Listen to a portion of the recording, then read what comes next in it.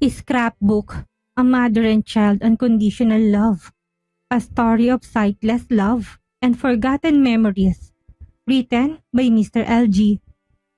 Sabi nila, ang pinakamasakit na paalam ay yung hindi binibigkas ng bibig, kung hindi unti-unting binubura ng isip. Sa edad na 50, si Amelia ay nakikipagkarera sa oras. Ang kanyang kaaway, ang early onset Alzheimer's. Alam niya darating ang araw na magiging sanghero sa kanyang sariling refleksyon.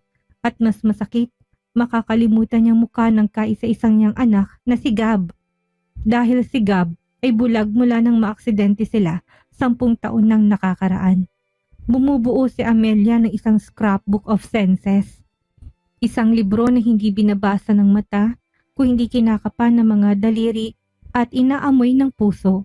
Bawat pahina ay may dinikit siyang tela, tuyong bulaklak at mga pabangong magpapaalala kay Gab kung gaano siya kamahal ng kanyang ina kapag wala na ito sa katinuan. Ngunit may isang lihim na mas madilim pa sa bulag na paningin. Sa loob ng 10 taon, namuhay si Gab sa likod ng piring. 10 taon, siyang nagpanggap na hindi nakakakita. Bakit? Dahil noong sandaling bumalik ang kanyang paningin, narinig niyang binalak ni Amelia na magpakamatay dahil ayaw nito na maging pabigat sa kanyang mga anak. Alam ni Gab na hanggat kailangan siya ng kanyang ina, mananatili itong buhay. Pinili ni Gab na ipikit ang kanyang mga mata upang idilat ang kagustuhang mabuhay ang kanyang ina. Ngunit paano kung ang taong pinag-aalayan mo ng iyong sakripisyo ay unti-unti nang nawawala?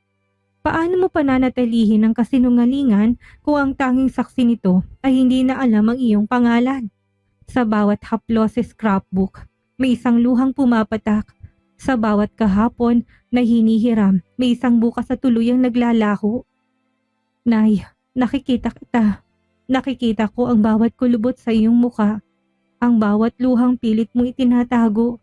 Pero mas pipiliin kong mamuhay sa dilim. Huwag mo lang ako makalimutan. Isang kwento ng pag-ibig na handang magsinungaling at isang alaala na tumatangging manatili. Hanggang saan mo kayang magpanggap para sa taong unti-unti ka nang kinakalimutan. Malamig ang sahig pero mas matindi ang ginaw na nanunuot sa kaibuturan ng puso ni Amelia habang nakatitig siya sa puting dingding ng kanyang kwarto. May hawak siyang itim na marker pero ang dulo nito ay tuyo na dahil kanina pa siya nakatulala. Sa harap niya nakabukas ang isang makapal na scrapbook na may mga pahinang gawa sa matigas na karton. Malinis pa ito. Parang ang utak niya, maputi, blanko at nakakatakot ang katahimikan. Isang diagnosis ang nakasulat sa kapirasong papel na nasa tabi niya. Early onset Alzheimer's disease. Para kay Amelia, hindi lang yun medikal na termino. Yun ay isang sentensya ng kamatayan para sa kanyang mga alaala. Isang magnanakaw na unti-unting kukunin ang lasa ng paborito niyang kape. Ang himig ng kanyang mga paboritong kanta, at ang pinakamasakit sa lahat, ang mukha ng kaisa-isa niyang anak na si Gab. Nay, nasan ka? Bakit ang tahimik? Ang boses na yon, ang boses ni Gab ang tanging angkor ni Amelia sa mundong unti-unti nang lumalabo. Mabilis niyang pinunasan ng luhang naglanda sa kanyang pisngi. Sinubukan niyang ayusin ang kanyang paghinga. Hindi pwedeng marinig ni Gab ang panginginig ng kanyang boses. Kahit hindi siya nakikita ng anak, alam ni Amelia na matalas ang pakiramdam nito. Ang puso ni Gab ay parang radar na nakakaramdam sa bawat tibok ng kaba ng kanyang ina. Nandito ako sa kwarto, anak. May inaayos lang, sagot ni Amelia. Pilit niyang pinatatag ang tono pero ang kanyang mga kamay hindi tumitigil sa panginginig. Pumasok si Gab sa gilid. Dahan-dahan ang bawat hakbang nito. Ang kanang kamay ay nakahawak sa hamba ng pinto habang ang kaliwa ay dahan-dahang nangangapa sa hangin. Ang mga mata ni Gab, ang mga matang kinuha ang kulay ng gabi, ay diretso lang na nakatingin sa kawalan. Walang focus, walang kislap pero puno ng malalim na pangungulila. Durog na durog ang puso ni Amelia. 10 taon nang nakalipas mula na mangyaring aksidenteng yun. Isang gabi ng malakas na ulan, isang madulas na kalsada at ang huling bagay na nakita ni Gab ay ang nagliliyab na headlight ng isang truck bago tuluyang magdilim ang kanyang mundo. Nay, Amoy pandan at sariwang papel, sabi ni Gab. Isang mapait na ngiti ang sumilay sa kanyang labi. Naglilinis ka ba ng mga lumang gamit? Humintong mundo ni Amelia. Nilapitan niyang anak at tinawakan ng magaspang, ngunit mainit itong palad. Gab, may gagawin tayong project. Isang libro. Pero hindi to ordinaryong libro na binabasa ng mata. Ito ang magiging mapa mo kapag dumating ang araw na hindi ko na kayang magkwento sa'yo. Kumunot ang noo ni Gab. Mapa? Para saan, Nay? Alam ko naman ang pasikot-sikot sa bahay na ito. Kabisado ko ng bawat hakbang mula sa pinto hanggang sa kusina. Hindi ito mapa ng bahay, Gab. Bulong ni Amelia. Ang boses ay bahagyang napaos. Mapa ito ng buhay natin. Mapa ng pagmamahal ko sa'yo. Gusto kong ilagay dito ang lahat ng textures, lahat ng amoy na magpapaalala sa'yo kung sino tayo. Para kahit na makalimot ang utak ko, ang mga daliri mo magpapaalala sa akin. Yumuko si Gab. Sa ilalim ng kanyang mga pilik mata, may isang kislap na tanging siya lang ang nakakaalam. Isang kislap ng paningin na 10 taon niya nang kinukubli. Nakikita ni Gab ang lahat. Nakikita niya ang scrapbook. Nakikita niya ang panginginig ng baba ng kanyang ina. Nakikita niya ang mga bote ng gamot na nakatago sa ilalim ng unan. Pero higit sa lahat, nakikita niya ang labis sa takot sa mga mata ni Amelia. Ang takot na maging isang pabigat. Ang takot na tuluyang mawala sa sariling katinuan. Nay, mahinang sabi ni Gab. Ang kanyang boses ay tila isang haplos. Huwag kang mag-alala kahit na anong mangyari. Hinding-hindi kita bibitawan, hinding-hindi kita kakalimutan. Kinuha ni Amelia ang kamay ng anak at ipinatong to sa unang pahina ng scrapbook.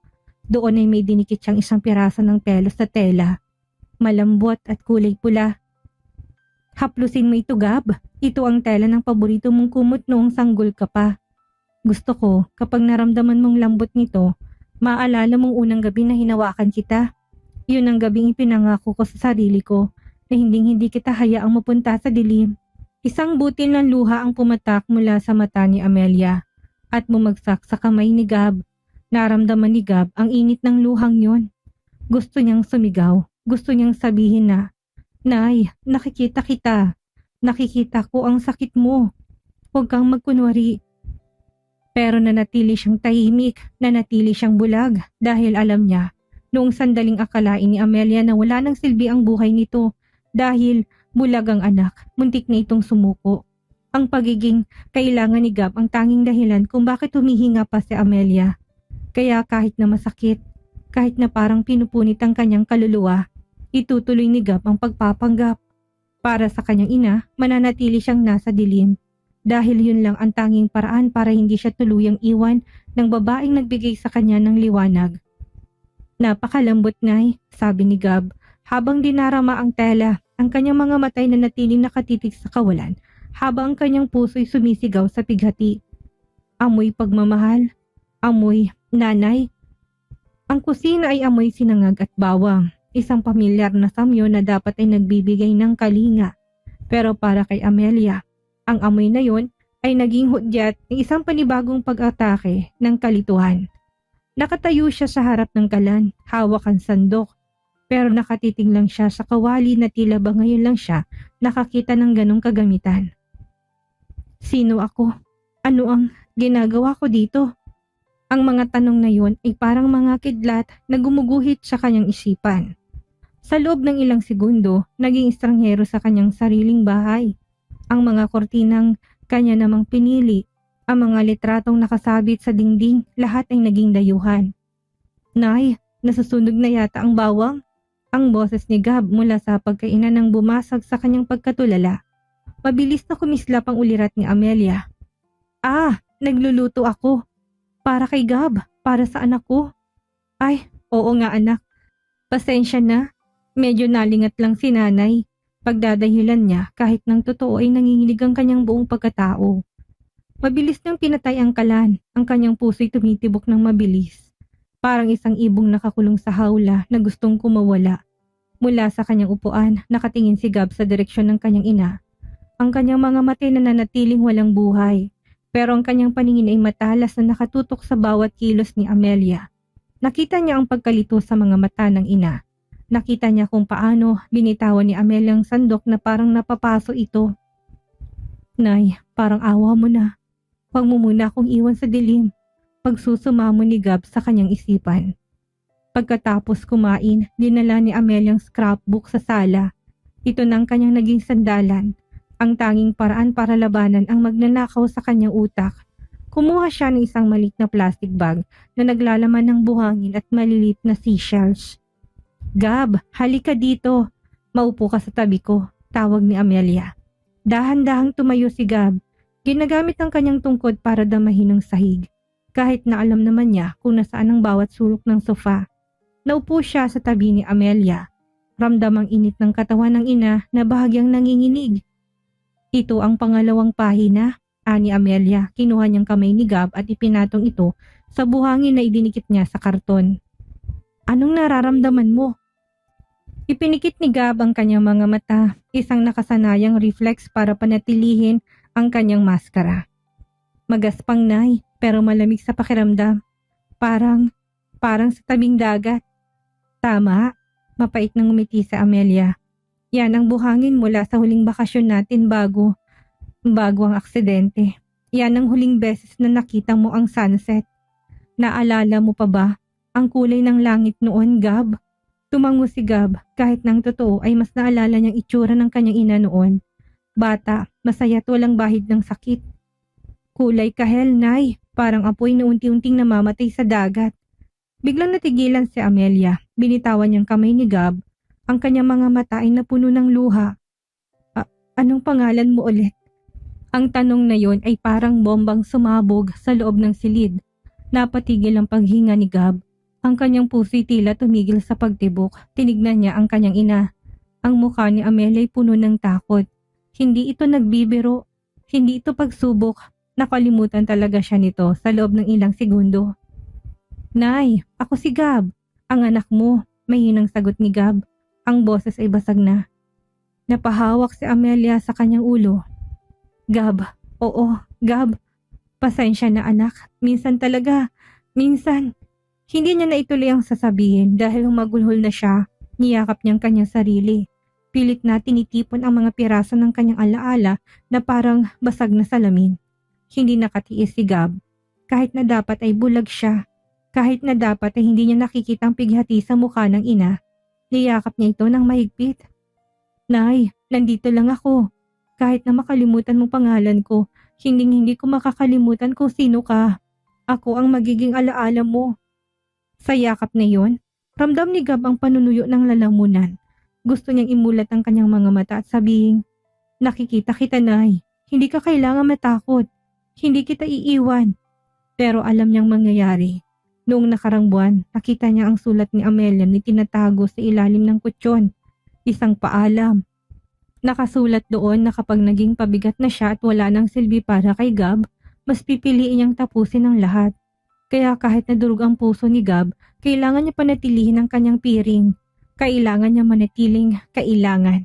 Kinuha ni Amelia ang isang bote ng pabango, ang paborito niyang scent ng lavender, at inispray ito sa pahina ng buhangin. Amuyin mo ito, Gab. Kapag amoy lavender ng paligid, ibig sabihin, nandyan lang ako sa tabi mo, nagbabantay. Huwag kang matatakot sa dilim, ha? Hindi ako natatakot sa dilim, Nay, bulong ni Gab habang ang mga luha niya ay dumadaloy na rin sa kanyang pisngi. Nakatago sa balikat ng ina. Natatakot ako sa araw na magigising ka at hindi mo na ako makikilala.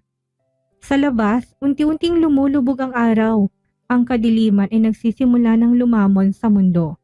Kapwa sa labas at sa loob ng isipan ni Amelia. At sa gitna ng silid, isang anak ang patuloy na nagbubulag-bulagan, habang ang isang ina ay patuloy na nawawala sa sarili niyang kahapon. Madaling araw, ang buong bahay ay balot ng nakakabinging katahimikan. Maliban sa mahinang kaluskos na mga pahina ng scrapbook sa kabilang silid, nakadilat si Gab sa dilim. Ang kanyang mga mata, ang mga matang akala ng lahat ay wala ng silbi, ay malinaw na nakatitig sa kisame. Sa loob ng 10 taon, ito ang kanyang ritual, ang maghintay na makatulog ang mundo bago niya tuluyang imulat ang kanyang mga mata at yakapin ang katotohanan. Pero ngayong gabi, walang tulog si Gab. Paano siya makakapikit kung ang bawat segundo ay tila isang butil ng buhangin na nalalaglag mula sa kamay ng kanyang ina? Bumangon siya ng walang ingay. Hindi niya kailangan ng tungkod. Kabisado niyang bawat hibla ng carpet, ang bawat kanto ng cabinet. Pero sa tuwing lalabas siya ng kwarto, kailangang bumalik ang maskara. Kailangang maging matigas ang kanyang muka. Walang focus sa mga mata at nangangapa ng mga kamay. Isang maling galaw lang at nasisira ang lahat. Pagdating niya sa kusina, nakita niyang kanyang ina. Nakatayo si Amelia sa harap ng lababo. Hawak ang isang baso ng tubig, pero hindi siya umiinom. Nakatitig lang siya sa baso. Ang kanyang mga matay tila nagtatanong kung para saan ang bagay na hawak niya. Nay, mahinang tawag ni Gab. Agad niyang binaling ang kanyang tingin sa kawalan. Ang kanyang mga daliri ay dahan-dahang humawak sa gilid ng mesa. Nagulat si Amelia. Halos mabitawan niya ang baso. Gab, bakit gising ka pa, nak? May kailangan ka ba? Nauuhaw lang ako, Nay. Pagsisinungaling ni Gab. Pinanood niya sa gilid ng kanyang mga mata. Isang kasanayang 10 taon niyang pinagkadalubhasaan. Ang pagtatangka ni Amelia ang puna ng isang pangbaso. Nakita ni Gab ang panginig ng kamay ng ina. Nakita niyang pag-apaw ng tubig. Ang tubig ay dumadaloy na sa sahig. Nababasa ng suot na tsinelas ni Amelia. Pero tila hindi ito napapansin ng kanyang ina. Nay, apaw na ang tubig, sabi ni Gab. Ang kanyang boses ay punong-puno ng pigil na pighati. Ay, Diyos ko! Nagmamadaling isinara ni Amelia ang gripo. Pasensya na, Gab, hindi ko napansin. Ang lababo kasi, parang biglang lumayo sa akin. Doon ay hindi na nakatiis si Gab. Nilapitan niyang ina, gusto niyang kuhanin ng basahan at punasan ang sahig. Pero kailangan niyang magpanggap. Kailangan niyang matisod. Sadyang tinisod ni Gab ang kanyang paa sa paa ng mesa. Isang sadyang pagkakamali para mapanatili ang kanyang pagiging bulag. Aray, mahina niyang sambit. Agad siyang dinaluhan ni Amelia. Gab, nasaktan ka ba? Pasensya na ang nanay, anak. Napakatanga ko talaga. Pati sahig hinahayaan ko mabasa. Nagsimulang umiyak si Amelia habang pinupunasan ng sahig gamit ang kanyang duster. Wala na akong silbi, Gab. Paano na kapag hindi ko na alam kung paano kaalagaan? Paano na kapag naging pabigat na ako sa'yo? Yun ang kinatatakutan ni Gab. Ang mga salitang yun ang dahilan kung bakit 10 taon siyang nakapiit sa sarili niyang kasinungalingan. Flashback. 10 taon na nakakalipas. Nasa ospital si Gab. Katatapos lang ng kanyang operasyon.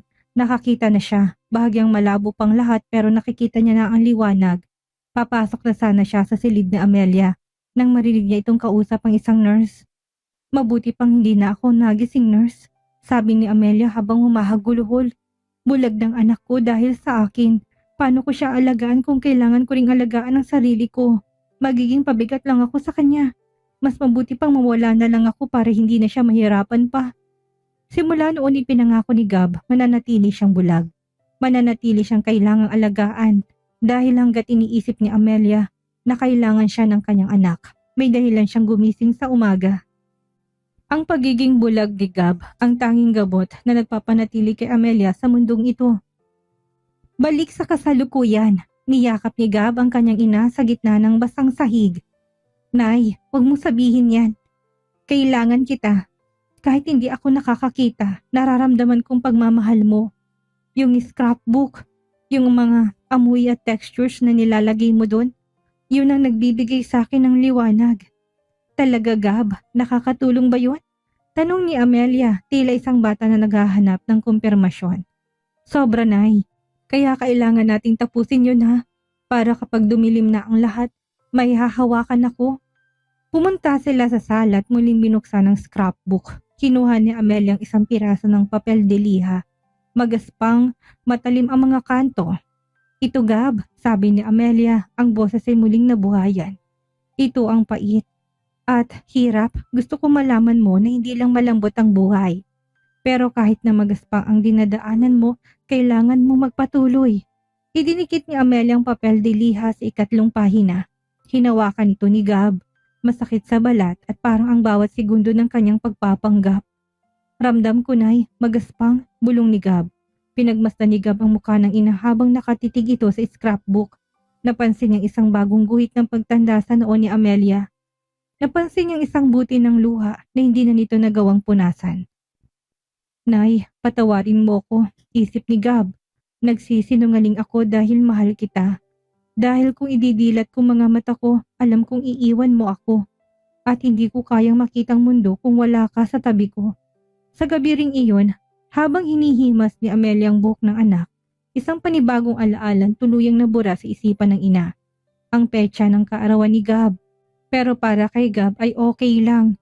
Hanggat nararamdaman niyang kamay ni Amelia, handa siyang manatili sa dilim ng habang buhay. Ang tunog ng doorbell ay tila isang babala na bumasag sa mapayapang umaga ni na Amelia at Gab. Katatapos niya lang na mag-almusal at kasalukuyang idinidikit ni Amelia ang isang tuyong dahon ng nara sa ika-4 na pahina ng scrapbook nang marinig ang sunod-sunod na doorbell. Sino kaya yan, anak? Tanong ni Amelia. Ang kanyang boses ay puno ng kaba. Sa tuwing may bisita, lalong nalilitong kanyang isipan dahil hindi niya na kaagad matandaan ang mga mukha. Ako, nanay, sabi ni Gab. Dahan-dahang tumayo at kinuha ang kanyang tungkod. Pagbukas ng pinto, bumungad si Tita Cora, ang kapatid ni Amelia na matagal nang naninirahan sa ibang lalawigan. Si Cora ay matalas ang pakiramdam. Isang babaeng hindi basta-bastang naniniwala sa nakikita lang ng mata. Amelia, kamusta na kayo? Bungad ni Cora. Pumasok ito sa loob ng hindi man lang naghihintay na patuluyin. Cora, ikaw pala, sabi ni Amelia. Pilit nang humingiti habang ang kanyang mga daliri ay mahigpit na nakakapit sa scrapbook. Sa kanyang isip, pilit niyang hinahalukay kung kailan sila huling nagkita. Habang nag-uusap ang magkapatid, naupo si Gab sa gilid ng sofa. Pinikit niya ang kanyang mga mata, pero ang kanyang pandinig ay nakatutok sa bawat kilos ni Cora. Naramdaman ni Gab ang matalas sa tingin ng kanyang tiyahin. Gab, kamusta ng paningin mo? May pagbabago ba? Tanong ni Cora. Lumapit ito kay Gab at biglang iwinasiwas ang kamay sa harap ng mukha ng binata. Hindi kumurap si Gab, ni isang hibla ng kanyang pilik matay hindi gumalaw. 10 taon niya nang ginagawa ito, ang maging estatwa sa harap ng anumang biglaang paggalaw. Wala pa rin tita, ganun pa rin, mahinaong sagot ni Gab. Ang kanyang mga matay na natiling blanko, nakatitig sa pader sa likod ni Cora. Sayang, buntong hininga ni Cora. Akala ko may himala na. Alam mo bang ang hirap na hirap ng nanay mo? Amelia, bakit hindi mo pa aminin sa kanya? Agad na namutla si Amelia. Ang alin, Cora, na hindi mo na kaya, na kailangan mo nang lumipas sa isang pasilidad para sa mga may Alzheimer's. Amelia, nakalimutan mo nang isara ang gripo kanina, hindi ba? Paano kung makalimutan mong patayin ang kalan? Mapapahamak si Gab dahil sa'yo. Ang mga salitang yun ay parang mga latay sa likod ni Amelia. Yumuko siya. Ang kanyang mga kamay ay nanginginig habang hinihimas ang scrapbook. Kaya ko pa, Cora. Tinatapos ko pa ang libro para kay Gab. Kailangan niya ako. Kailangan ako ng anak ko. Doon ay tumayo si Gab. Tita, hindi ko kailangan ng ibang tao. Si nanay lang ang kailangan ko. Nagtagal ng ilang oras si Cora. Sa bawat minutong lumilipas, mas lalong nahihirapan si Gab. May isang pagkakataon na muntik na siyang mabuko.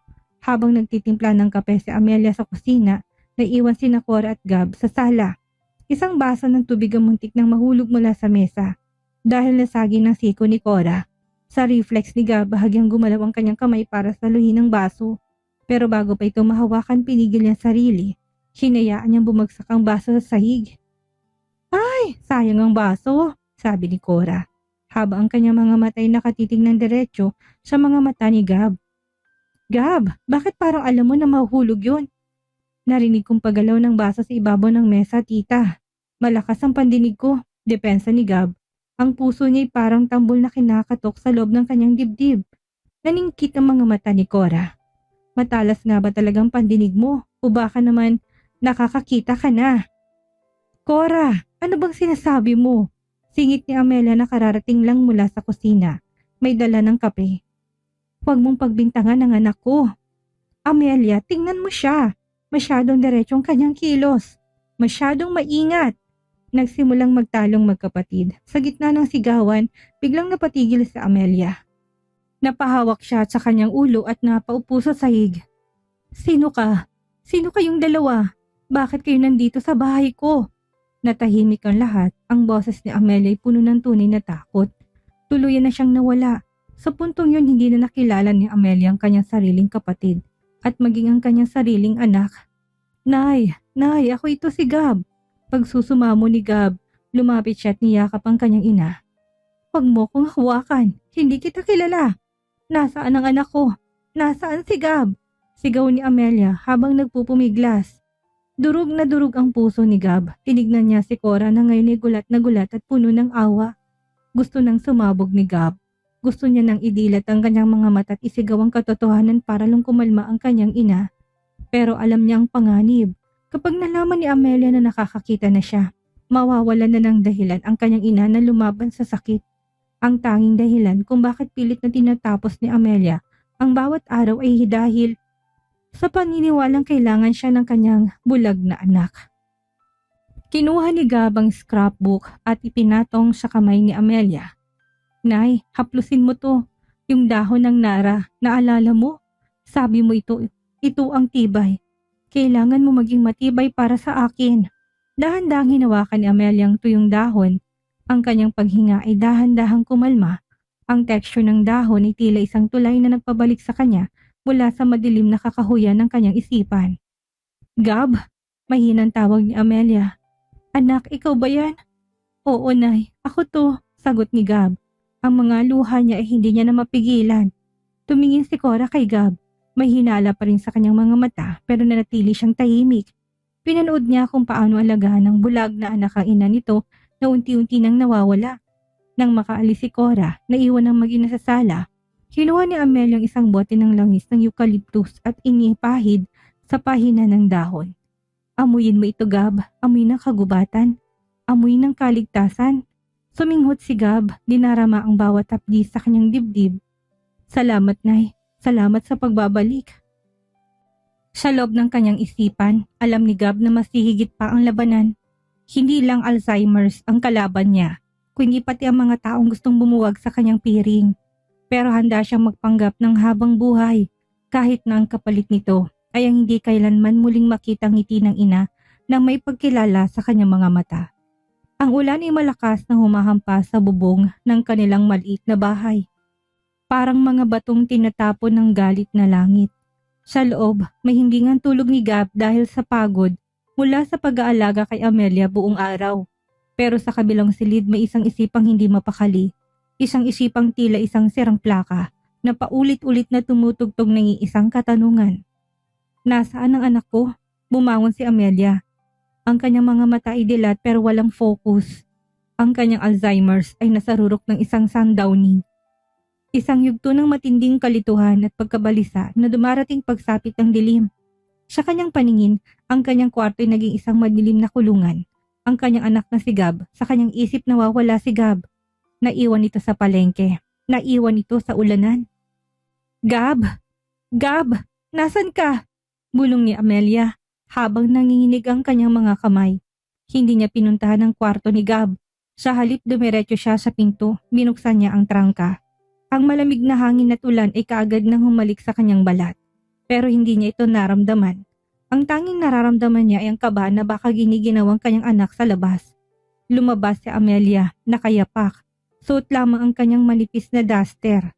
Naglakad siya sa gitna ng kalsada. Sumisigaw ng pangalan ng anak na ang boses ay nilalamon ng dagundong ng kulog. Nagising si Gab dahil sa isang malakas na kulog na yumanig sa bintana ng kanyang kwarto. Agad siyang napaupo. May mali, masyadong tahimik ang loob ng bahay. Nay, tawag niya, walang sumagot.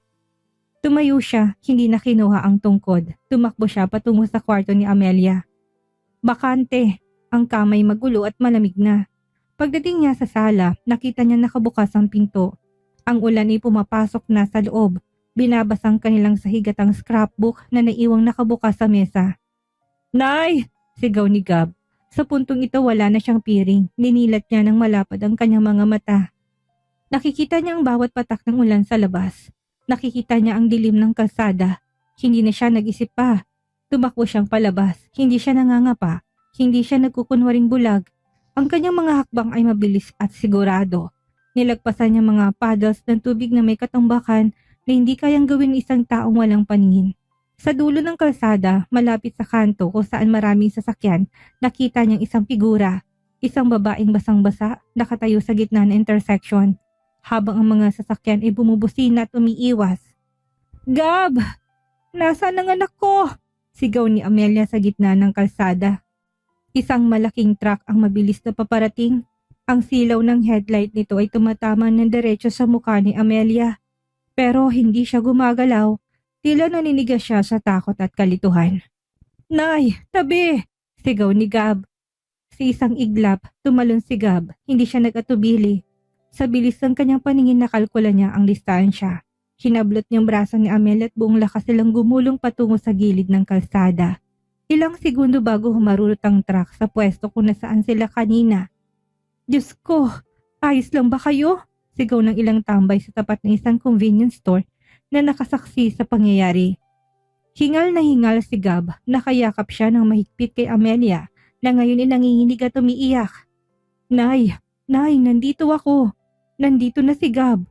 "Gab?" tinignan ni Amelia ang mukha ng anak. "Salamat, Ginoo. Salamat sa pagliligtas sa akin. Nakita mo bang anak ko? Bulag siya, baka naliligaw siya sa ulan." Tumama ang kidlat sa langit at sa liwanag nito, nakita ni Gab ang kawalan ng pagkilala sa mga mata ng kanyang ina. Hindi siya nakikilala ni Amelia. Para sa ina, isa lamang siyang estranghero na nagligtas dito. "Gab, ako si Gab, Nay," sabi ni Gab. Ang luha niya ay umahalo na sa ulan. Biglang lumapit ang sa lalaking tambay. "Ang galing mo, tol. Paano mo nagawa yun? Akala ko ba bulag ka? Nakita kitang tumatakbo ng diretso at umiwas sa mga poste. Kitang-kita ko." Napatigil si Gab, napatingin siya sa paligid. May 3 tao na nakatitig sa kanya nang may pagtataka. Ang kanyang lihim ay nanganganib. Pero bago pa siya makasagot, naramdaman niya ang kamay ni Amelia sa kanyang pisngi. "Ang ganda ng mga mata mo, Ginoo," bulong ni Amelia. Tila bumalik ng bahagya sa katinuan pero hindi pa rin alam kung sino ang kaharap. Parang mga mata ng anak ko bago siya nawala sa dilim. Doon ay mabilis na nag-isip si Gab. Kailangan niyang buwiin ang kanyang maskara. "Sinuwerte lang po ako," sabi ni Gab sa mga tambay. Habang dahan-dahang nangangapa sa pader, kahit na nakatayo lang siya, narinig kong busina ng truck at ang sigaw ng matanda. Sinunod ko lang ang tunog. "Pero tumakbo ka ng diretsyo," pilit pa rin ng lalaki. "Adrenaline siguro," putol ni Gab. Inalalayan niyang kanyang ina na tumayo. "Nay, halika na. Uwi na tayo. Hahanapin natin si Gab sa loob ng bahay." Pag-uwi nila, basang-basa at nanginginig ang dalawa. Pinunasan ni Gab si Amelia at pinagpalit ng damit. Nang kumalma ng ina at makatulog dahil sa pagod, kinuha ni Gab ang scrapbook. Nabasa ang ilang pahina. Ang tuyong dahon ng nara ay bahagyang nadurog. Kinuha ni Gab ang isang piraso ng cotton. Malambot at puti. Dinigit niya ito sa 5 pahina. "Ito ang katahimikan," bulong ni Gab sa dilim. "Dahil sa gabing ito, muntik nang mawasak ang lahat. Muntik na kitang maiwan, Nay, at muntik mo na rin makitang katotohanang pinapatay ako araw-araw." Inamoy ni Gab ang scrapbook, amoy ulan, amoy kalawang at amoy ng isang anak na unti-unti nang nauubos ang lakas para magpanggap. Pero hindi kayang bumitaw dahil ang kanyang dilim ang tanging magpapanatili sa liwanag ng kanyang ina. 3:00 ng madaling araw, ang ulan ay tumila na. At ang tanging naririnig na lamang ay ang bawat patak ng tubig mula sa alulod ng bubong. Sa loob ng silid nagising si Amelia. Pero hindi tong Ameliang nalilito. Hindi tong Ameliang nakalimutan ang pangalan ng kanyang anak. Sa loob ng ilang saglit, tila bumalik ang lahat. Ang mga alaalay dumadaloy sa kanyang isipan na para bang isang malinaw na batis. Naalala niyang ulan kanina. Naalala niya ang takot at naalala niyang mukha ng lalaki nagligtas sa kanya. Ang mukha ni Gab. Dahan-dahan siyang bumangon, maingat na hindi magising ang anak na natutulog sa sofa sa tabi ng kanyang kama. Pinagmasdan niya si Gab. Ang kanyang puso'y napuno ng matinding pagmamahal at siphayo. Napansin niya ang mga pasa sa braso ni Gab mula sa pagkakasagip sa kanya. "Anak," bulong niya, halos hindi marinig. Lumapit siya sa mesa kung nasaan ang scrapbook. Ang pahinang may kotong idinikit ni Gab ay naroon pa. Hinaplos ni Amelia ang bawat texture ng kanyang ginawa. Ang pelos, ang buhangin, ang papel de liha. at ang dahon. Bawat isa ay may kwento. Pero alam ni Amelia, sa loob ng kanyang puso ng kanyang oras ay mabilis na nauubos. Ang mga sandaling ganito, ang pagiging gising ng kanyang isip ay magiging madalang na hanggang sa tuluyan na ito maglaho. Kumuha siya ng isang panulat. Ang kanyang kamay ay nanginginig, hindi dahil sa sakit, kundi dahil sa desperasyon. Sa huling pahina ng scrapbook na hindi pa alam ni Gab, sumulat siya ng isang lihim na mensahe. Hindi ito para sa isang bulag. Ito ay para sa anak na alam niyang nagdurusa para sa kanya. Gab, kung mababasa mo ito balang araw, patawarin mo si nanay. Alam ko ang ginagawa mo. Alam kong nakikita mo ako. Kuminto siya. Isang luhang mainit ang pumatak sa papel, bahagyang nabura ang tinta. Alam ni Amelia, sa kanyang puso matagal niya nang nararamdaman na hindi nabulag si Gab. Ang kanyang pag-iwas nito sa mga gamit, ang paraan ng paghawak nito sa kanyang kamay, at ang bilis ng pagkilos ito kanina sa ulanan. Lahat yun ay hindi gawa ng isang taong nasa dilim. Pero alam din ni Amelia kung bakit nagpapanggap ang anak. Dahil si Amelia ang unang sumuko. Siya ang nagsabing wala na siyang silbi. Patawarin mo ko, Gab, hikbi ni Amelia. Pilit na pinipigil ang boses. Pinahirapan kita ng 10 taon dahil sa kahinaan ko. Biglang gumalaw si Gab sa sofa. Agad na sinara ni Amelia ang scrapbook at ibinalik ang kanyang maskara. Ang kanyang mga mata ay muling naging walang focus. Ang kanyang balikat ay bumagsak. Ang lucidity ay unti-unti nang lumilipas. Parang usok na tinatangay ng hangin. Nay, gising ka na? Tanong ni Gab, agad na tumayo at nangapa patungo sa kanya. Sino ka? Tanong ni Amelia. Ang pait ng kanyang boses ay totoo na ngayon. Ang dilim ay muling bumabalot sa kanyang isipan. Ang sulat na ginawa niya kanina ay nakatago na sa ilalim ng mga texture ng scrapbook. Napahinto si Gab. Ang sakit na naramdaman niya kanina sa ulanan ay muling bumalik. Ako to, Nay, si Gab.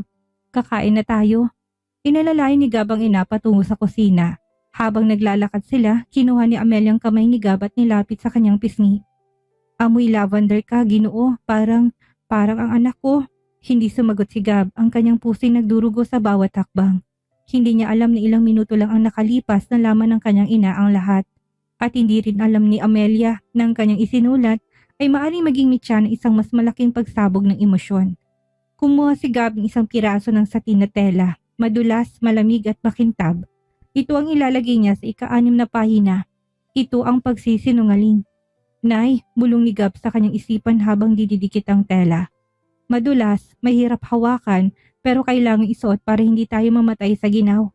Sa hapagkainan, habang sinusubuan ni Gab ang kanyang ina, napansin niyang tinta sa daliri ni Amelia. Kumunot ang kanyang noo. Nagsulat si nanay. Pero bago pa niya ito masiyasat, biglang natapon ang kape ni Amelia sa scrapbook. Diyos ko, ang libro, sigaw ni Gab. Nakalimutan ng pagiging bulag at mabilis na hinablot ang scrapbook para hindi tumabasa ng tuluyan. Napatigil si Amelia, tinignan niya ang anak, sa isang saglit nagtama ang kanilang mga mata. Ang mga matang nakakita at ang mga matang nakakalimot. Ang katahimikan sa pagitan nila'y sapat na para durugin ang anumang natitirang lakas sa loob ng bahay na yon. Nakikita mo, ang kape? Mahinang tanong ni Amelia, ang kanyang boses ay tila isang babala. Napalunok si Gab, ang pawis sa kanyang noo ay nagsimulang tumulo. Narinig kong pagbagsak ng tasa, inay, at naramdaman kong init sa mesa. Ipinikit ni Gab ang kanyang mga mata ng mahigpit. Hindi pa ngayon, hindi pa pwedeng malaman. Hindi ko pa kayang mawala ka. Pero sa ilalim ng mga pahina ng scrapbook, ang lihim ng mensahe ni Amelia ay naghihintay. Isang nakatagong katotohanan na kapag nabasa ni Gab ay tuluyang magpapabago sa kanilang hiram na kahapon. Ang sikat ng araw na tumatago sa bintana ay hindi nagdala ng init sa loob ng bahay. Sa halip mas lalo nitong pinalitaw ang mga alikabok na sumasayaw sa hangin. Mga malilit na bahagi na nakaraan na unti-unti nang nalalaglag. Nakatitig si Gab sa scrapbook. Tuyong-tuyo ng bahid ng kape mula kagabi pero may kakaibang kaba sa kanyang dibdib habang hinahawakan ang 7 pahina. Dito nagdikit si Amelia ng isang piraso ng papel de liha, sandpaper, magaspang, matulis, masakit sa dulo ng mga daliri. Ito ang hirap, Gab, mahinang sabi ni Amelia, na nakaupo sa kanyang paboritong tumba-tumba. Ang kanyang mga mata ay malayo ang tingin, tila may hinahanap na hindi makita sa kasalukuyan. Gusto kong malaman mo na ang buhay ay hindi laging cotton at pelos. Minsan kailangan mong masugatan para malaman mong buhay ka pa. Hinaplos ni Gab ang papel de liha. Ramdam niyang bawat butil ng gaspang nito, pero habang ginagawa niya yon, napansin ng kanyang matalas na paningin ng isang bagay sa ilalim ng pahina. May nakasingit na maliit na sobre. Isang puting sobre na may tatak ni isang legal na opisina. Nanigas si Gab. Ang kanyang puso ay nagsimulang tumibok ng mabilis. Dahan-dahan niyang nilingat ang kanyang tingin sa ina. Nakapikit si Amelia, tila dinuduyan ng sariling panaginip. Gamit ang kanyang blind persona, dahan-dahang kinapa ni Gab ang sobre. Nay, ano itong papel na nakasingit dito? Parang matigas. Nagulat si Amelia. Agad siyang dumilat at mabilis na kinuha ang sobre mula sa kamay ni Gab. Wala yan anak, isang resibo lang yan. Huwag mong pakialaman. Pero huli na, nakita na ni Gab ang header ng papel bago pa ito naitago ni Amelia. Last Will and Testament and Advanced Healthcare Directive. Ang mundo ni Gab ay tila huminto. Bakit gumagawa si nanay ng huling habilin? At ang mas nakakatakot, ang Healthcare Directive ay nakaraniwang naglalaman namang instruction tungkol sa do not resuscitate, DNR o ang pagpili na huwag ng dugtungan ang buhay kung wala na itong pag-asa. Nay, bakit ka may ganyang papel? Tanong ni Gab, ang kanyang boses ay punong-puno ng takot. Sabi mo, gagawa lang tayo ng scrapbook. Sabi mo para sa akin ito. Tumayo si Amelia. Ang kanyang mga tuhod ay nanginginig. Para sa'yo nga ito Gab, lahat ng ginagawa ko ay para sa'yo. Para kapag wala na ako, may maiiwan kang pera, may maiiwan kang bahay at hindi ka mahirapan dahil bulag ka. Ayoko ng pera, Nay. Ayoko ng bahay. Sigaw ni Gab, hindi niya na napigilan ang emosyon. Tumayo rin siya, nakalimutan ng kanyang tungkod. Gusto ko ikaw. Gusto ko yung nanay ko na kasama kong tumatanda. Bakit parang naghahanda ka ng iwan ako? Humagulhol si Amelia. Nilapitan niyang anak at niyakap ito ng mahigpit. Dahil natatakot ako, Gab. Natatakot ako na magising isang araw na hindi na kita kilala. Natatakot ako na maging pabigat sa'yo. Isipin mo bulag ka. Paano mo ko aalagaan kung pati sarili ko hindi ko na maalagaan? Mas mabuti pang mauna na ako bago ko tuluyang makalimutan ang mukha mo. Doon ay halos bumigay ang tuhod ni Gab. Pabigat, yun ang salitang pumatay sa kanyang 10 taon ng nakakaraan. At yun pa rin ang salitang pumapatay sa kanya ngayon. Hindi ka pabigat, Nay, bulong ni Gab sa balikat ng ina. Kahit kailan, hindi. Kinuha ni Amelia ang kamay ni Gab at ipinatong tumuli sa scrapbook sa 7 pahina. Pero sa pagkakataong ito, hindi papel de liha ang ipinahawak niya, kundi ang kanyang sariling pisngi. Gab, hawakan mo ang mukha ko. Kabisaduhin mong bawat linya. Dahil balang araw ito na lang ang matitira sa'yo. Ipinikit ni Gab ang kanyang mga mata habang dinarama ang balat ng kanyang ina. Ang kanyang mga daliri ay nanginginig. Nakikita niya sa likod ng kanyang piring ang bawat luhang dumadaloy sa mukha ni Amelia. Gusto niyang sabihing nakikita niya ang lahat, ang sakripisyo, ang sakit at ang balak nitong pag-iwan sa kanya. Noong gabing iyon, habang mahimbing na ang tulog ni Amelia, kinuha ni Gab ang scrapbook, binuksan niya 7 pahina at maingat na kinuha ang sobrang itinago ni Amelia. Binasa niya ang nilalaman nito sa ilalim ng maliit na lampara. Doon ay bumulaga sa kanya ang katotohanan. Plano ni Amelia na pumasok sa isang pasilidad sa ibang bansa, isang lugar para sa dignified exit o euthanasia. Sa sandaling maabot niya ang stage 4 ng kanyang sakit. Nalaglag ang papel mula sa kamay ni Gab. Ang kanyang buong katawan ay nanigas sa sobrang shock. Ang scrapbook na ito, hindi lang pala ito alaala, ito ay isang goodbye book. Bawat texture, bawat amoy ay inihahanda siya ni Amelia para sa kanyang tuluyang pagkawala. Hindi ko hayaang mangyari ito, banta ni Gab sa dilim. Ang kanyang mga mata ay nagninginga sa galit at bighati. Kung kailangang aminin ko ang totoo para manatili kay gagawin ko. Kahit nakamuhian mo ako, wag mo lang akong iiwan. Kumuha si Gab ng isang piraso ng asero. Steel wool, matigas, malamig at hindi nababali. Dinikit niya ito sa dulo ng 7 pahina. Ito ang paninindigan, Nay, bulong niya. Dahil sa pagkakataong ito, hindi na akong bulag. Ikaw ang bulag sa katotohanang mahal na mahal kita. Sa labas, ang buwan ay natatakpan ng makapal na ulap. Ang isang kahapon, sa kanilang pinanghawakan ay unti-unti nang nilalamon ng isang madilim na bukas. Ang amoy ng sunog na papel ang gumising sa diwa ni Gab. Hindi ito amoy ng nilulutong almusal. Hindi ito amoy ng paboritong lavender na Amelia. Ito ay amoy ng abo, amoy ng isang bagay na pilit binubura sa mundo. Mabilis na bumangon si Gab, kinalimutan ng kanyang tungkod at dumiretso sa likod bahay kung saan matatagpuan ang lumang basurahan na gawa sa yero. Doon nakita niya si Amelia, nakatayo ang kanyang ina sa harap ng maliit na apoy. Ang muka ay naliliwanagan ng orange na liwanag na naglalagablab na papel.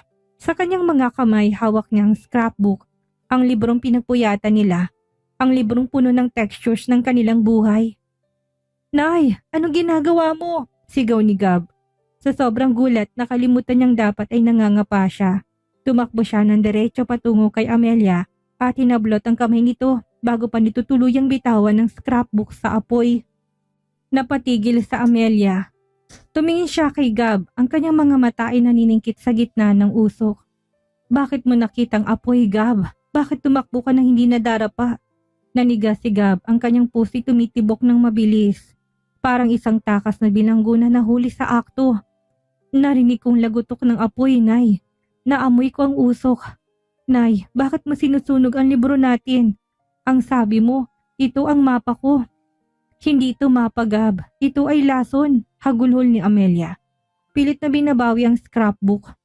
"Nabasa mo ang nasa loob, hindi ba? Nakita ko mga bakas ng daliri mo sa sobre kagabi. Alam mo na ang plano ko. Alam mo nang aalis ako." "Bakit, Nay? Bakit kailangan mong gawin ito?" Sigaw ni Gab, ang luha niya ay nagsimulang pumatak, sumasama sa abo na lumilipad sa hangin. "Bakit kailangan mong pumunta sa lugar na yun? Bakit kailangan mong tapusin ang buhay mo?" "Dahil ayaw ko na makita mo kung mamatay ng dahan-dahan," sigaw ni Amelia. Ang boses ay bumasak sa katahimikan ng umaga. "Ayaw ko na makita mong araw na duduraan kita dahil hindi kita kilala. Ayaw ko maranasan mo ang magpalit ng lampi ng sarili mong ina habang tinatanong mo kung sino ako. Gab, bulag ka, sapat na ang dilim sa buhay mo. Huwag mo nang dagdagan ang dumi ko." "Hindi ka dumi, Nay." Sa gitna ng kanilang pag-aagawan, nalaglag ang scrapbook sa sahig. Malapit sa gilid ng nagniningas na yero, bahagyang nadarang ang mga pahina. Ang telang pelos ay naging itim. Ang cotton ay naging abo. "Nay, makinig ka," pagsusumamo ni Gab. Lumuhod siya sa harap ng ina, hinawakan ng magkabilang kamay nito.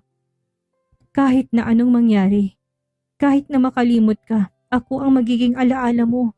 Kahit na dumating ang araw na hindi mo na ako kilala, ako pa rin ang anak mo. Aalagaan kita, hindi kita iiwan." "Hindi mo kaya, Gab," mahinang sabi ni Amelia, ang kanyang boses ay tila isang tuyong dahon na nadudurog. "Paano mo ko aalagaan kung hindi mo makikita ang mukha ko? Paano mo malalaman kung masaya ako o masakit ang nararamdaman ko?" Doon ay narating ni Gab ang kanyang hangganan. Ang 10 taong nagpapanggap ay tila isang mabigat na pader na gumuho sa isang iglap. Tinignan niyang diretsong kanyang ina. Ang kanyang mga mata na dati walang focus ay naging matalas, malinaw at puno na nag-aapoy na katotohanan. "Nakikita kita, Nay," bulong ni Gab. Napatigil ang paghinga ni Amelia. Ano? "Nakikita kita. Nakikita kong bawat luhang dumadaloy sa pisngi mo ngayon. Nakikita ko ang sugat sa kamay mo dahil sa pagmamadali mong sunugin ang scrapbook." 10 taon na ako nakakakita, Nay," binitawan ni Amelia ang kamay ni Gab. Umatras siya, ang kanyang mukha ay napuno ng gulat, takot at pagkabigo. "Nagsinungaling ka? 10 taon, pinapanood mo kong magmukhang tanga? Pinapanood mo kong mahirapan para alagaan ka? Nagsinungaling ako para hindi ka umalis," sigaw ni Gab. Habang humahagulhol na rin. Dahil narinig ko sa ospital noon, sabi mo, kung hindi dahil sa akin, mas mabuti pang mamatay ka na lang. Kaya naging bulag ako. Nay, naging bulag ako para magkaroon ka ng dahilan para mabuhay. Para kailanganin mo ako." Isang malakas na sampal ang dumapo sa pisngi ni Gab. Natahimik ang buong paligid. Ang tanging naririnig na lamang ay ang lagutok ng apoy na unti-unti nang namamatay. Napahawak si Gab sa kanyang pisngi. Pero ang sakit nun ay wala pa sa kalingkingan ng sakit na nakikita niya sa mga mata ni Amelia. Paano mo nagawa yan? Mahinang tanong ni Amelia. Hinayaan mo ko na mabuhay sa isang kasinungalingan? Hinayaan mo ko magpakapagod para sa isang anak na pinagtatawanan siguro ako sa tuwing nadarapa ako sa paglimot? Hindi kita pinagtatawanan, Nay. Mahal kita. Umalis ka, sabi ni Amelia. Ang kanyang boses ay naging malamig. Mas malamig pa sa yelo. Umalis ka sa paningin ko. Dahil sa pagkakataong ito, Gab, ako naman ang ayaw na makakita sa'yo. Pinulot ni Amelia ang bahagyang nasusunog na scrapbook. Niyakap niya ito ng mahigpit habang dahan-dahan naglalakad pabalik sa loob ng bahay. Naiwan si Gab sa gitna ng usok, nakatitig sa kawalan. Kinuha ni Gab ang isang piraso ng uling mula sa namatay na apoy. Pinahid niya ito sa kanyang palad. Itim, madumi, mahapdi. Ito ang 8 pahina. Ang pagkabasag, sa loob ng bahay pumasok si Amelia sa kanyang kwarto at nilak ang pinto. Doon sa gitna ng kanyang kalituhan, muli niyang binuksan ang scrapbook, hinaplos niyang bahaging nasunog, at doon sa ilalim ng abo nakita niya ang sulat na ginawa niya noong gabi ng kanyang lucidity. Ang sulat na nagsasabing alam na niya ang lihim ni Gab. Napatigil si Amelia, ang kanyang sakit, ang kanyang Alzheimer's, ay muling sumalakay sa loob ng ilang segundo. Nakalimutan niya ang sampal, nakalimutan niyang pag-aaway nila. Ang tanging natira sa kanyang isipan ay ang scrapbook at ang amoy ng sunog. Gab, tawag ni Amelia. Ang boses ay tila isang batang naliligaw. Gab, nasaan ka? Nasusunog ang libro natin. Tulungan mo ako. Sa labas ng pinto na pasandal si Gab at napahaguluhol. Ang katotohanan, ang katahimikan sa loob ng bahay ay mas masakit pa sa hiyaw ng kagabi. Nakaupo si Gab sa pagkainan, nakatitig sa malamig na kape. Hindi niya nasuot ang kanyang piring, wala na ring tungkod sa tabi niya. Ang kanyang mga mata ay pagod at mapula. Direkta itong nakatingin sa pinto ng kwarto ni Amelia. Nang bumukas ang pinto, dahan-dahang lumabas si Amelia. Ang kanyang buhok ay magulo at ang kanyang duster ay may bahid pa ng uling mula sa sunog kahapon. Ngunit ang pinaka-may-ari ay ang kanyang mga mata. Ito ay malinis. Walang galit at higit sa lahat walang pagkilala. Magandang umaga, Ginoo, bati ni Amelia habang naglalakad patungo sa lababo. Nandyan na ba ang anak ko? Sabi niya ay maaga siyang uuwi galing sa eskwela. Napatigil ang paghinga ni Gab, ang sampal kahapon, ang sigawan, ang pagbubunyag ng kanyang paningin. Lahat yun ay tila naging abo na rin na tinangay ng hangin sa isip ni Amelia. Tuluyan na siyang binura ng kanyang ina. Nay, ako ito, si Gab. Mahinang sabi ni Gab. Ang boses ay nanginginig. Tumingin sa Amelia sa kanya. Nangingilatis. Gab, hindi. Ang anak ko ay bata pa. Maliit pa siya at siya ay hindi nakakakita. Ikaw tinititigan mo ko ng diretso. Sino ka ba? Bakit ka pumasok sa bahay ko? Doon ay muling gumuho ang mundo ni Gab. Mas masakit pala ang makitang nakatingin sa iyong ina mo nang walang kamuwang-muwang kaysa sampal na dumapo sa kanyang pisngi. Para kay Amelia, ang Gab na anak niya ay ang batang bulag na kailangan niyang protektahan. Hindi ang lalaking nasa harap niya na may malinaw na paningin. Ako ang tagapag-alaga mo, inay. Pagsisinungaling ni Gab. Ang kanyang boses ay punong-puno ng pait. Ipinadala ako ni Gab para tulungan ka habang wala siya. Ah, ganun ba?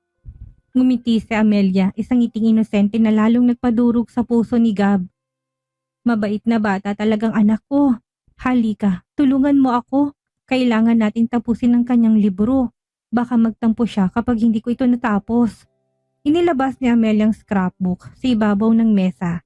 Ang mga pahina nito ay kulubot na at may amoy ng usok. Kumuha si Amelia ng isang piraso ng lambat. Magaspang na nylon na ginagamit sa pangingisda. Ito ang 9 na pahina, ani Amelia habang maingat na dinidikit ang lambat sa karton. Anong nararamdaman mo dito, Ginoo? Hinawakan ni Gab ang lambat. Parang nakakulong, Nay. Tama, tumango si Amelia. Ito ang pagkakagapos. Gusto kong malaman ni Gab na darating ang araw na parang may lambat na babalot sa puso niya. Dahil sa lungkot pero kailangan niyang tandaan ng bawat butas sa lambat ay paraan para makahinga pa rin siya. Para makita pa rin niyang liwanag kahit na nakakulong siya sa dilim. Napayuko si Gab. Ang bawat salita ni Amelia ay parang isang parusa. Ang liwanag na tinutukoy ng inay ang mismong bagay na naging dahilan ng kanilang paglayo. Ang paningin ni Gab ang naging lambat na gumagapos sa kanilang dalawa. Nay, bakit mo ginagawa ang lahat ng ito? Tanong ni Gab habang pinapanood ng ina na hinahaplos ang scrapbook. Bakit kailangang dumaan sa ganitong hirap? Tumingin si Amelia sa kanya at sa isang maikling sandali parang kumislap ang talino sa kanyang mga mata. Dahil ang pag-ibig ay hindi lang nakikita, Ginoo. Nararamdaman ito. At kung balang araw ay hindi na ako makakaramdam, gusto ko ang mga kamay ko ang huling makalimot sa kanya. Biglang natigilan si Amelia, nabitawan niyang scrapbook. Ang kanyang mga kamay ay nagsimulang manginig ng marahas. Ang gamot ko. Nasaan ang gamot ko? Hindi ko na maalala kung saan ko inilagay. Naging magulo ang paligid. Nagsimulang magpanik si Amelia. Tinatapon ang mga gamit sa sala. Hinahanap ang isang bagay na nasa harap lang naman niya. Nanakaw nila. Nanakaw nilang mga alaala ko. Tulong! Magnanakaw! Nay, kumalma ka. Nandito lang ang gamot mo. Sigaw ni Gab, niyakap niyang ina mula sa likod para pigilan to sa pananakit sa sarili. Bitawan mo ako. Sino ka ba? Gab, nasaan ang anak ko? Tulungan mo ako! Sigaw ni Amelia habang nagpupumiglas. Sa gitna ng kaguluhan, aksidenteng nasiko ni Amelia ang scrapbook at ito ay nahulog sa sahig. Nabukas sa pahinang may lihim na mensahe. Sa pagkakataong ito, hindi na napigilan ni Gab ang kanyang sarili. Pinulot niyang scrapbook at binasang sulat ni Amelia sa harap nito. Gab, kung nababasa mo ito balang araw, patawarin mo si nanay. Alam ko ang ginagawa mo. Alam kong nakikita mo ako. Napatingin si Gab kay Amelia. Ang ina niya ay nakasalampak na sa sahig. Umiiyak at tinatawag ang pangalan ng isang Gab na hindi niya nakilala. Alam mo, bulong ni Gab ang luhay pumatak sa papel. Alam mo palang nakakakita na ako pero hinayaan mo pa rin ako na magpanggap. Hinayaan mo pa rin ako na masaktan. Kinuha ni Gab ang isang piraso ng malamig na bakal. Paperclip at tinikit ito sa gilid ng lambat. Ito ang ikasiyam na pahina, ang pagkabilanggo sa katotohanan. Sa gabing yon, habang nakatitig si Gab sa kanyang ina na natutulog na parang isang bata, alam niyang wala nang balikan. Ang scrapbook ay malapit nang matapos pero ang kanilang kwento ay unti-unti nang nilalamon na isang kadilimang walang piring. Ang kadiliman ng pagkalimot. May mga araw na ang sikat ng araw ay parang pang-uuyam. Maaliwalas ang langit, huni ng mga ibon ang naririnig sa labas pero sa loob ng silid ni Amelia. Tila himinto ang pag-ikot ng mundo. Nakatitig si Amelia sa bintana. Ang kanyang mga mata ay dilat, ngunit walang anumang emosyong mababakas doon. Hindi na siya nagsasalita. Hindi na siya nagtatanong kung nasaan ang kanyang anak. Para siyang isang ribultong gawa sa pira-pirasong alaala na unti-unti nang nilulumot ng panahon. Nay, tanghalian na, mahinang sabi ni Gab habang nilalagay ang tray ng pagkain sa tabi nito. Walang sagot, hindi kumurap si Amelia. Ang kanyang Alzheimer's ay pumasok na suyugtong tila isang pader na hindi na matitibang na anumang tawag o yakap. Naupo si Gab sa paanan ng kama. Kinuha niyang scrapbook na ngayon ay dinala niya sa kanyang sariling silid para ayusin. Binuksan niyang ika-10 pahina. Blanko pa ito. Ito ang pahinang dapat ay gagawin ni Amelia bago ito tuluyang nawala sa katinuan. Nay, dahil hindi mo na kayang ituloy, ako nang gagawa para sa'yo, bulong ni Gab. Ang kanyang mga matay na natiling nakatitig sa mukha ng ina. Nagbabaka sakaling may kahit na anong kislap ng pagkilala na lumitaw doon. Kumuha si Gab ng isang piraso ng salamin na basag. Maingat ang idinikit ng maliit na piraso sa pahina. Ang mga kanto nito ay matutulis at mapanganib. Ito ang ika-10 pahina, Nay, sabi ni Gab. Kahit na alam niyang hindi siya maririnig ni Amelia. Ito ang refleksyon. Nung bulag pa ako sa paningin mo, ikaw ang nagsisilbing mata ko. Ngayon ako naman ang nakakakita. At ikaw ang nawawala sa dilim. Ako naman ang magsisilbing alaala mo. Hinawakan ni Gab ang isa sa mga piraso ng salamin. Bahagyang nahiwa ang dulo ng kanyang daliri at isang butil ng dugo ang pumatak sa papel. Hindi niya ito pinunasan. Hinayaan niya na humalo ang kanyang dugo sa scrapbook. Naalala mo ba, Nay? Sabi mo noon ang pinakamasakit na bahagi ng pagtanda ay ang makitang mas mabilis ang pag-alis ng isip kaysa sa katawan. Ngayon naintindihan ko na nandito ka sa harap ko, nahawakan kita. Amoy lavender ka pa rin pero nasaan ka na? Nasaan na yung nanay ko na nagagalit kapag hindi ako kumakain ng gulay? Nasaan na yung nanay ko na handang magsinungaling para lang manatili ako sa tabi niya? Tumayo si Gab at lumapit sa kanyang ina. Kinuha niyang kamay ni Amelia. Ang kamay na dati punong-puno ng sigla habang nagdidikit ng mga texture sa libro. Pinatong niyang kamay nito sa basag na salamin sa scrapbook. Nay, haplusin mo ito.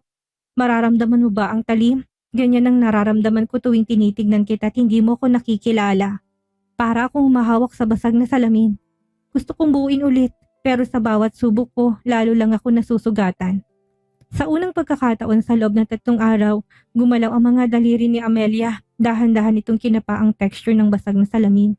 Isang mahinang ungol ang lumabas sa kanyang lalamunan. Ang kanyang mga mata ay bahagyang kumarap at tumingin sa scrapbook. Pagkatapos ay isang mukha ni Gab. Gab, ang boses ni Amelia tila isang hangin na nagmula sa kailaliman ng isang kuweba. Napatigil ang mundo ni Gab. Nay, oo nay, ako to, si Gab. Gab, ang scrapbook, sabi ni Amelia. Ang kanyang mga mata ay sandaling nagkaroon ng linaw, pero puno ito ng matinding takot. Itago mo, baka makita nila. Baka kunin ka nila. Sino nay? Sinong kukuha sa akin?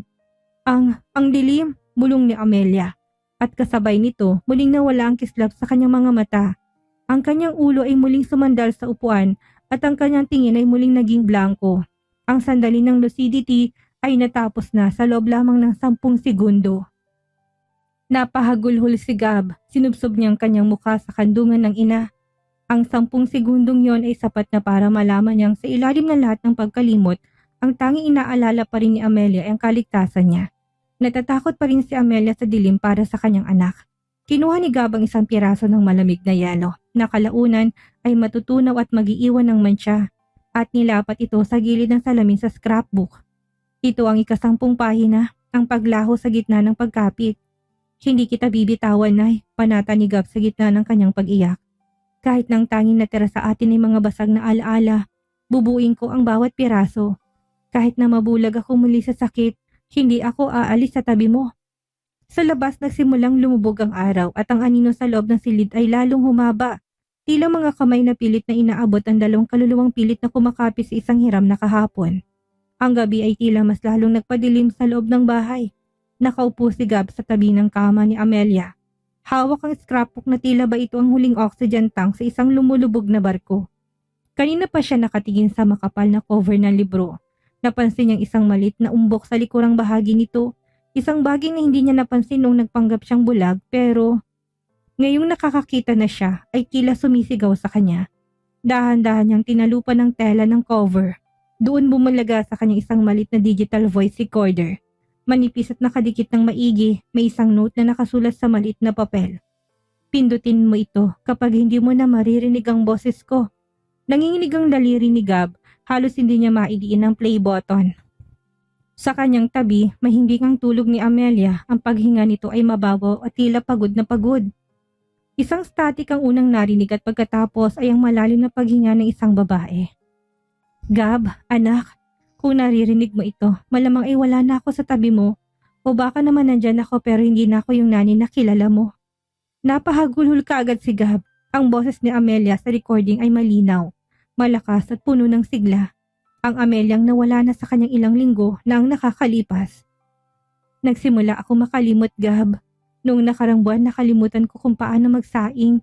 Noong isang linggo nakalimutan ko kung saan tayo nakatira. Pero alam mo ba, kung anong hindi ko makakalimutan? Ang itsura ng mga mata mo nung huling gabi bago ang aksidente. Yung kislap na kinuha sa'yo ng tadhana. Huminto ang boses sa recording, parang may pinupunasan na luha. Alam ko, Gab. Alam kong nakakakita ka na. Nakita kita sa salamin ng isang gabi habang tulog ako. Nakita kitang nakatingin sa akin na may sobrang lungkot. Hindi mo kailangang magpanggap, anak.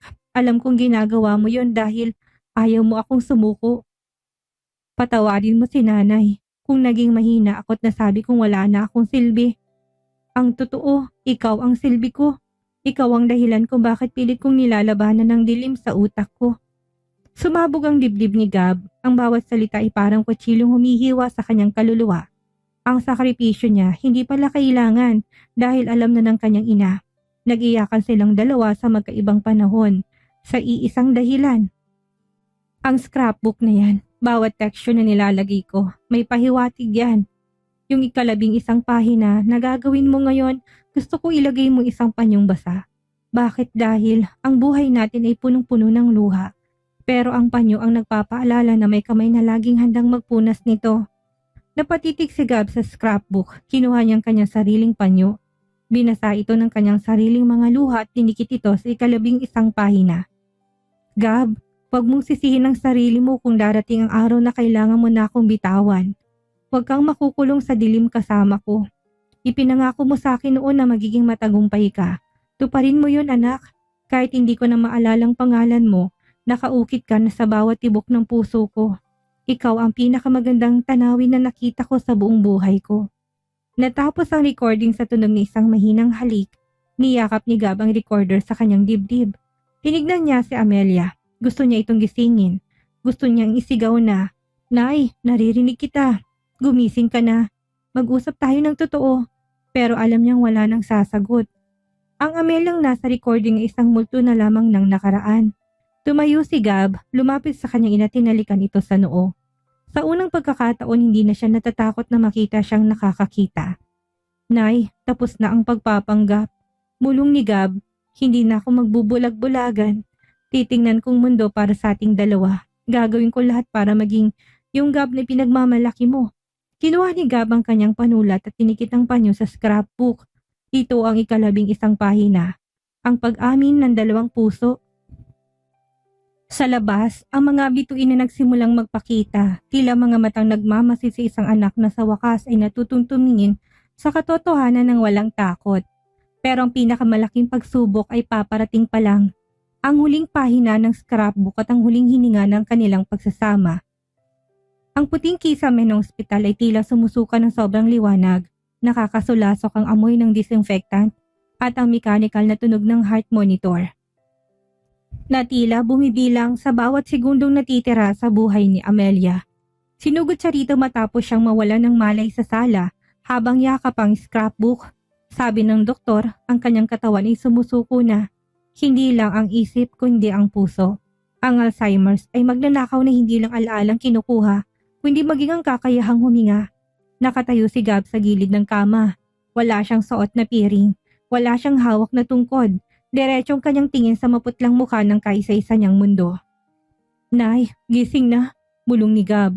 Ang kanyang boses ay basag na parang salamin na tinatapakan. "Tapos na ang libro natin. 1 pahina na lang, Nay. 1 pahina na lang." Biglang bumilis ang tibok ng monitor. Ang mga mata ni Amelia dahan-dahang dumilat. Pero sa pagkakataong ito, walang kalituhan, walang takot. Ang kanyang mga mata ay malinaw, mas malinaw pa sa umaga. Tumingin siya sa paligid pagkatapos ay tumuon ang kanyang paningin sa mga mata ni Gab.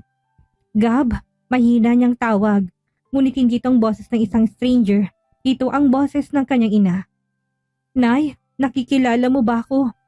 Halos lumundag ang puso ni Gab sa pag-asa. Isang matamis at masakit na ngiti ang sumilay sa labi ni Amelia.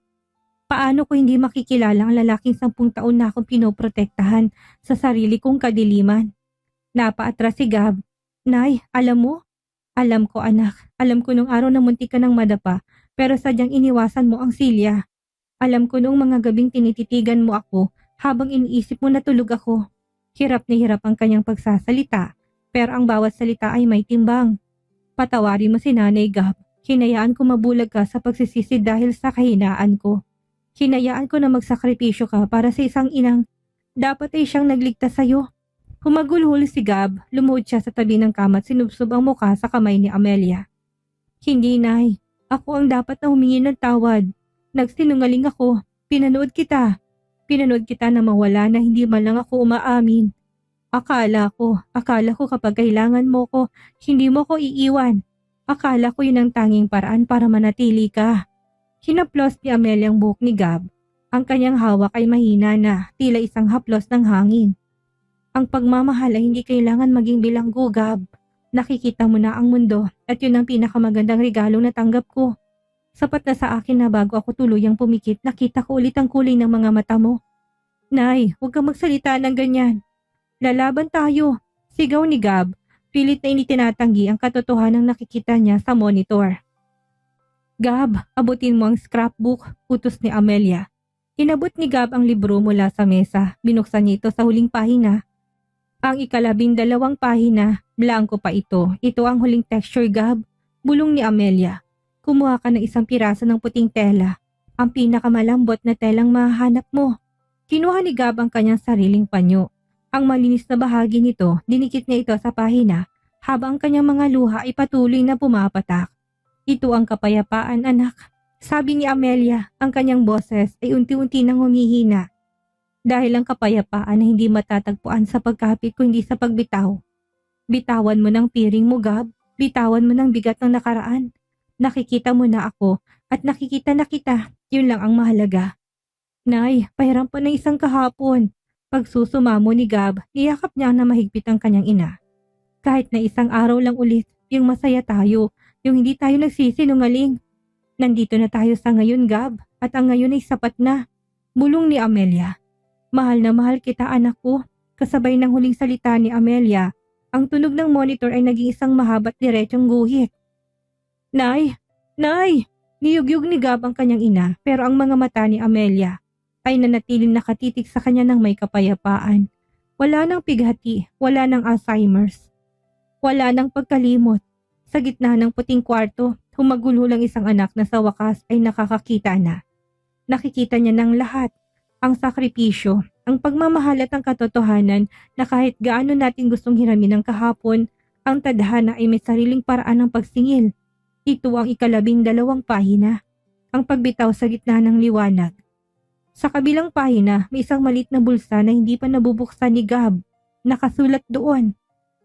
Para sa 13 kabanata.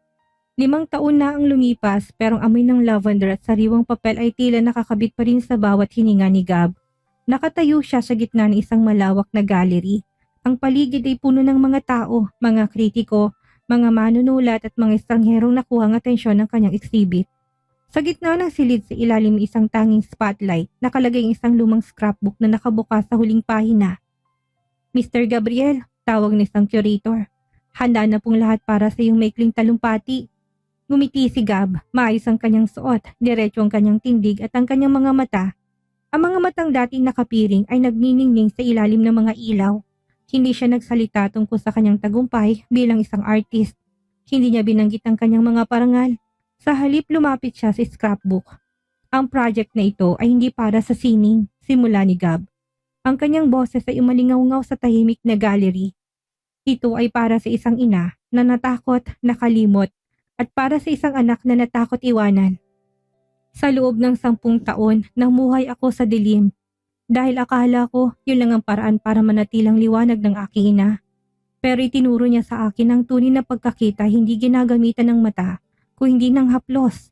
Lumapit si Gab sa scrapbook at dahan-dahang binuksan ng maliit na bulsa sa likod ng 12 pahina. Ang bulsang hindi niya binuksan nung gabing pumanaw si Amelia. May isang maliit na susi doon at isang huling sulat na may petsang 10 taon na nakakalipas. Ang mismong araw ng kanilang aksidente. Nanginig ang kamay ni Gab habang binabasa ang sulat sa harap ng lahat. Gab, kung sakaling mabasa mo ito, ibig sabihin hindi na tayo magkasama. Alam mo ba, bago tayo maaksidente, may lihim akong itinatago sa'yo. Ang Alzheimer's ko hindi nagsimula nung matanda na ako. Nagsimula ito nung araw na ipinanganak kita. Sinabi ng doktor na maaga akong mawawala sa sarili ko. Kaya binuo kong scrapbook na ito bago pa man dumilim ang paningin mo. Pero ang hindi ko alam, ikaw palang magpapatuloy nito. Napahinto si Gab, ang huling twist ay tila isang malakas sa sampal ng tadhana. Ang scrapbook. Hindi pala ito sinimulan ni Amelia nung may sakit na siya.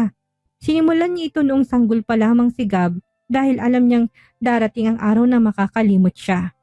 Ang bawat texture, ang bawat amoy inihanda niya sa loob ng 30 taon. Kinuha ni Gab ang huling texture na hinihanda niya para sa 13 pahina. Ito ay isang piraso ng salamin na hindi basag. Isang buong salamin. Ito ang huling pahina, ani Gab sa madla.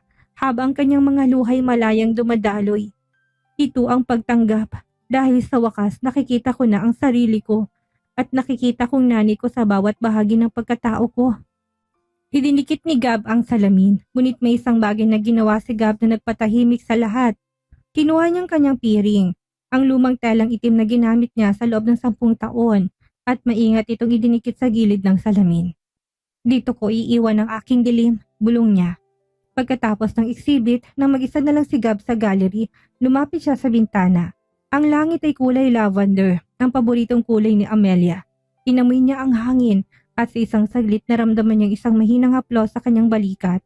Isang haplos na pamilyar, isang haplos na amoy pagmamahal. "Nay, tapos ng libro natin," sabi ni Gab, habang nakatingin sa malayo. "Salamat sa paghiram sa akin ng iyong mga kahapon. Ngayon ako naman na magpapahiram ng aking bukas sa'yo." Isinara ni Gab ang scrapbook. Sa cover nito nakaukit ang pangalang Gab at Amelia. Isang kwentong nagsimula sa dilim, nagpatuloy sa pagsisinungaling at nagtapos sa isang liwanag na hindi na muling mabubura ng kahit na anong sakit, sapagkat ang mga alaalang nakasulat sa puso kailanman ay hindi makakalimutan. Ang nobelang ito ay hindi lamang tungkol sa isang scrapbook o sa sakit ng Alzheimer's. Ito ay isang salamin ng pag-ibig na handang magsakripisyo kahit sa gitna ng matinding panlilinlang. Ang aral na tumitimo sa ating puso ay ang katotohanan na ang tunay na pagmamahal ay hindi napapagod humanap ng paraan para makitang halaga ng isang tao. Kahit pa ang taong yun ay wala nang maalala. Sa mundong ito na mabilis makalimot, itinuro ni na Amelia at Gab ng ating mga alaala ay hindi lamang nakaimbak sa isipan, kundi nakaukit sa bawat haplos, bawat amoy at bawat sakripisyo. Pinapaalala nito sa atin na habang may ngayon pa, yakapin natin ang ating mga mahal sa buhay ng mahigpit. Dahil ang bawat segundo isang hiram na kahapon, na balang araw ay magiging pundasyon ng ating lakas sa gitna ng dilim.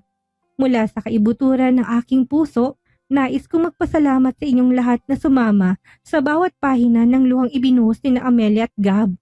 Maraming salamat sa inyong pagtangkilik at sa pagpayag na kurutin ang inyong mga puso ng kwentong ito.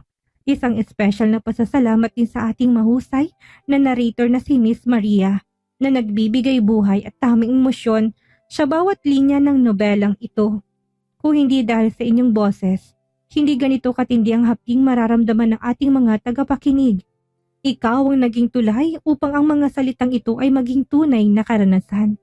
Sa lahat ng mga anak na patuloy na nag-aalaga at sa lahat ng mga magulang na patuloy na nagmamahal, ang kwentong ito ay para sa inyo hanggang sa muli nating paglalakbay sa mundo ng mga salita at damdamin. Ang inyong author, Mr. LG.